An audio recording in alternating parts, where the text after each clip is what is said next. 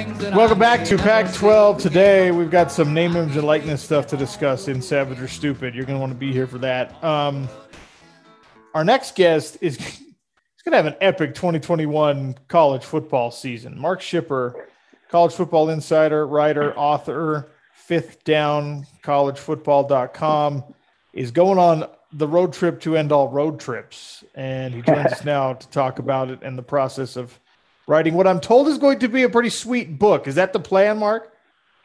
That is definitely the plan. I hope it's going to be a sweet book, and guys like you and college football people and American historian type people are going to love it, is the hope.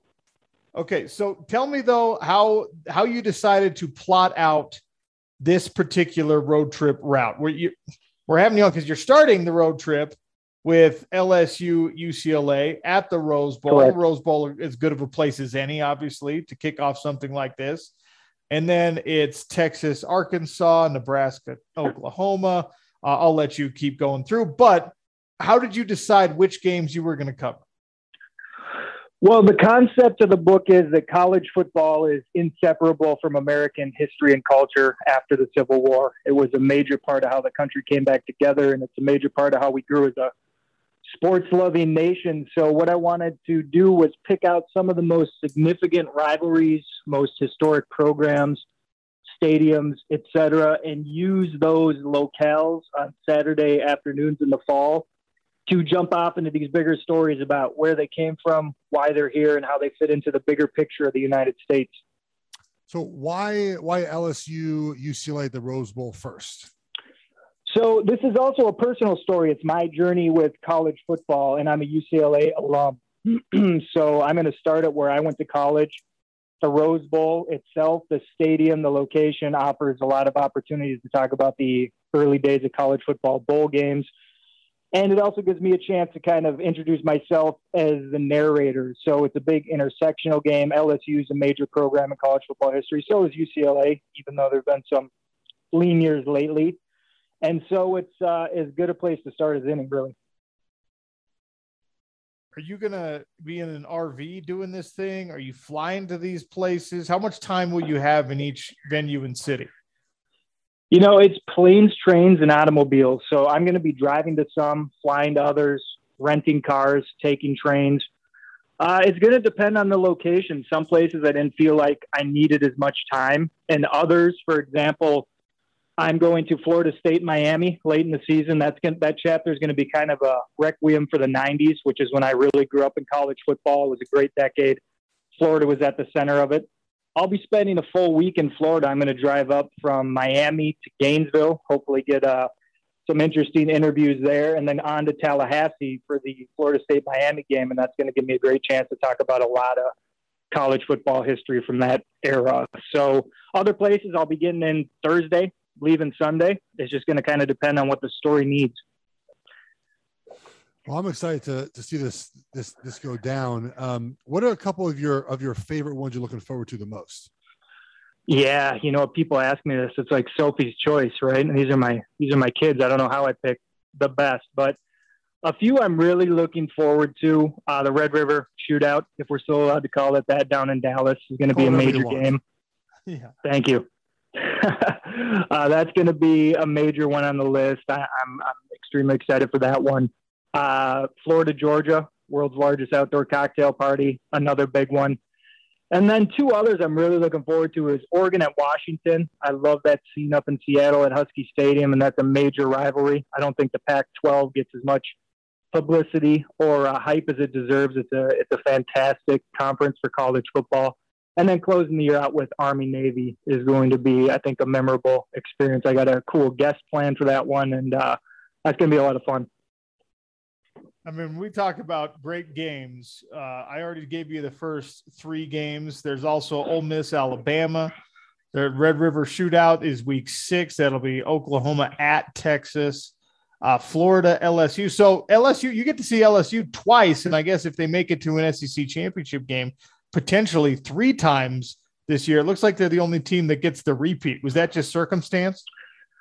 Yeah, it was. Actually, I'm going to see Florida twice as well. I get Florida, Georgia, world's largest outdoor cocktail party. Okay. Yeah, it's really just it's really just circumstance. I wanted to start at UCLA, like I said, for the personal reasons and to get the Rose Bowl into the book. And then the LSU Florida, I really picked that game because if you ask anybody where they have to tailgate on a college football Saturday, they say get down to Baton Rouge.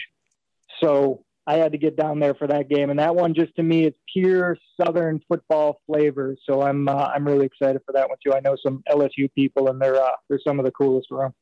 I know you have a fond place in your heart for the Rose Bowl, and so do all of us on this channel. But as we're moving toward maybe expanded playoff and the Rose Bowl kind of getting phased out, they seem to not want to get with the times. How do you feel about the Rose Bowl either holding the process up or maybe being left out of the process because they don't want to, adapt and move the day of the game? Well, that's a really tough one for me. I'll tell you, the Rose Bowl is one of my absolute key entry points into college football. The first season I really have an institutional memory of. I was alive, watched it, and remember it as the 91 season, which was a fantastic year for college football. And that season ended with the 92 Rose Bowl, Washington, Michigan. Washington famously split the national title with Miami after dominating Michigan in that game. And the Rose Bowl was the coolest thing I'd ever seen. I don't think I've missed a Rose Bowl. Actually, I know I haven't missed a Rose Bowl since. And it's maybe my single favorite event in college sports. I think it's the greatest American sporting event, the Rose Bowl, the Super Bowl, the Final Four. I set it aside from the sport almost. So it's a tough situation. I don't think college football moves on without the Rose Bowl. And I think the Rose Bowl, if they get backed into a corner on this, is going to come around because they need to be part of this postseason. And I think we'll find a way to make them a part of the postseason. But college football without the Rose Bowl is not college football, in my opinion.